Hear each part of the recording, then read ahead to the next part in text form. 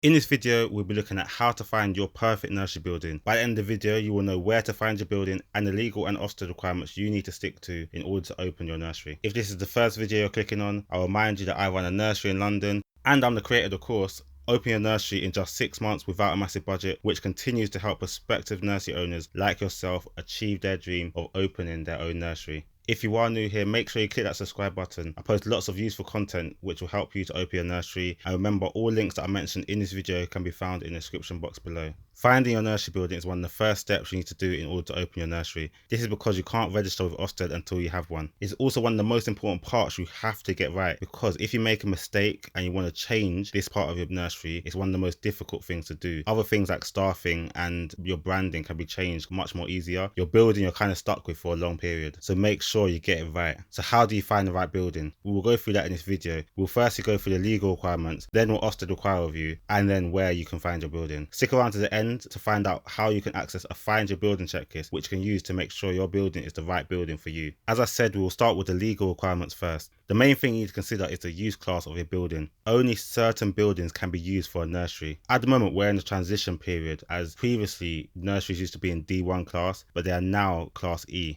This does complicate this video a little bit because at the moment you can use D1 buildings, but it's unclear whether you can use D1 buildings going forward for a nursery or whether you only use class E. I will update this when we get more information. I do recommend speaking to your estate agent just to clarify, but I will go forward in this video talking just about class E. A list of the buildings that fall into the E class, which obviously include nurseries, is shown on the screen now.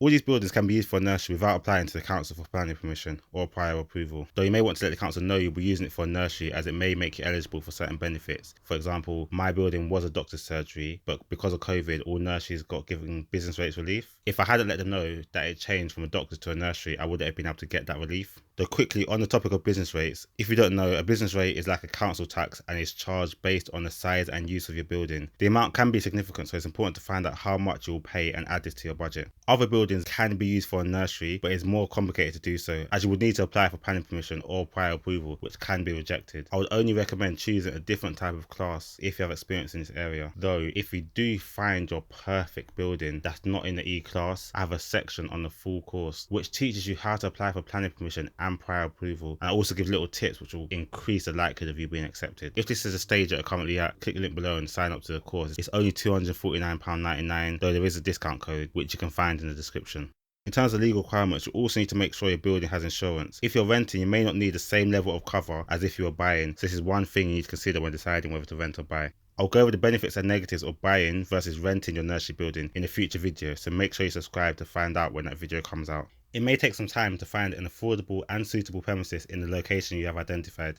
Ideally, you want to find a building that has a suitable outdoor play area. The EYFS statutory framework states that providers must provide access to an outdoor play area, or if that is not possible, ensure that outdoor activities are planned and taken on a daily basis. This means that if you do not have a garden or outdoor area, you must take your children out daily, either to local parks or fields that they can play and have access to outside. Even with the perfect building, the best staff and the best organisation, no childcare setting will succeed if there are no parents nearby needing childcare. Your first step should always be finding an area where there is demand for childcare. This is the first step you will take on the full course, Open a Nursery in Just 6 Months Without a Massive Budget. So when you're ready to open your own nursery, make sure you enroll in this course to ensure your nursery success. When deciding the number and ages of children you wish to be registered for, the EYFS states the required individual space requirement per child. The space requirements for the different age groups are shown on the screen.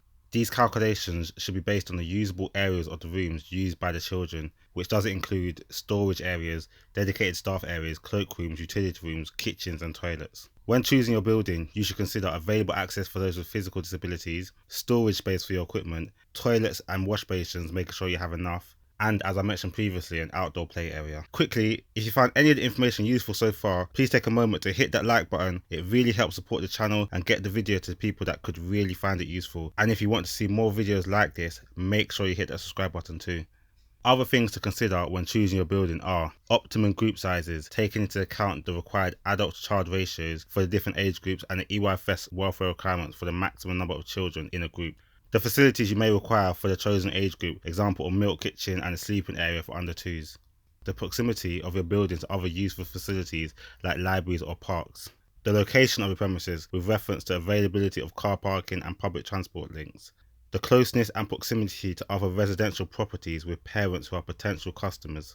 The closeness and proximity to any major companies who may have employees who are potential customers.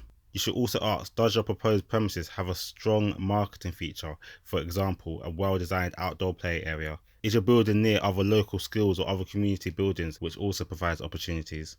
Who will your service be aimed at, and will it be accessible for children and families who will be using it? For example, will your setting be based in a town centre close to a residential area, a commercial or industrial site, or will it be within a workplace setting? Don't worry about remembering all of this though, as we have a free checklist which I'll let you know how to access at the end of this video. You can use this for when you start looking for your building. I'll next go on to some sites you can use for finding your building. Checking these sites regularly and setting up notifications for them will help you find your building quicker. It is good to decide whether you'll be renting or buying before looking, though it is not essential. If you are in a position to do either, then it could make it more likely you will find your ideal building. If you plan to rent, make sure you negotiate a long lease, as having to move after just 2 years is not only stressful, it can be very expensive. Consider break clauses, which can enable you to leave the building before the lease ends. Look into your notice period. Find out what alterations you're allowed to make in the building. Consider contacting schools or other workplaces who may benefit from a childcare premises in the building, as this gives you customers from their employees and is usually a benefit to the business, which can enable you to negotiate a cheaper rent. Churches and community halls have always been useful for nurseries to rent out, as they are usually vacant during the week. We're unsure whether the changes in the use class will stop this. Contact your local estate agent to find out. If you plan to buy, make sure you consider any additional costs like insurance, mortgage payments, and find out whether you have the freehold or leasehold. You can also look into modular nurseries, as they can be cheaper and quicker to open up. If this is something you'd like more information on, do let me know in the comments. Now, before I get onto some places where you can find your building, I wanted to remind you that you can continue your learning after the video by enrolling on the course How to Open a Nursery, the Starter Guide. For just £4.49 using discount code YouTube2, you can learn how to save over 70% opening a nursery, create a survival budget, work out how much it will cost to set up, create your business plan, and learn more about the 7 steps to open a nursery. Now, when looking for your building, you should sign up to as many different websites as possible. You want to be the first one to be notified of when a new building comes out. I sometimes post whenever I get notified of really good buildings in the Facebook group, so make sure you join that. The link is in the description. Some websites I use are Rightmove. When using this, search for your area, filtering initially by property type using childcare facility, healthcare facility, place of worship, hospitality, leisure facilities, guest house, and pubs. Another website is Property Link. Here you filter by healthcare and license and leisure. Zoopla is also a good website. They have lots of buildings. You filter initially by property type, leisure, hospitality. Though Zoopla doesn't allow you to filter effectively, so can come up with a lot of irrelevant buildings. Riella as well is a decent site. It doesn't have much choices, but you can filter precisely into the use class E.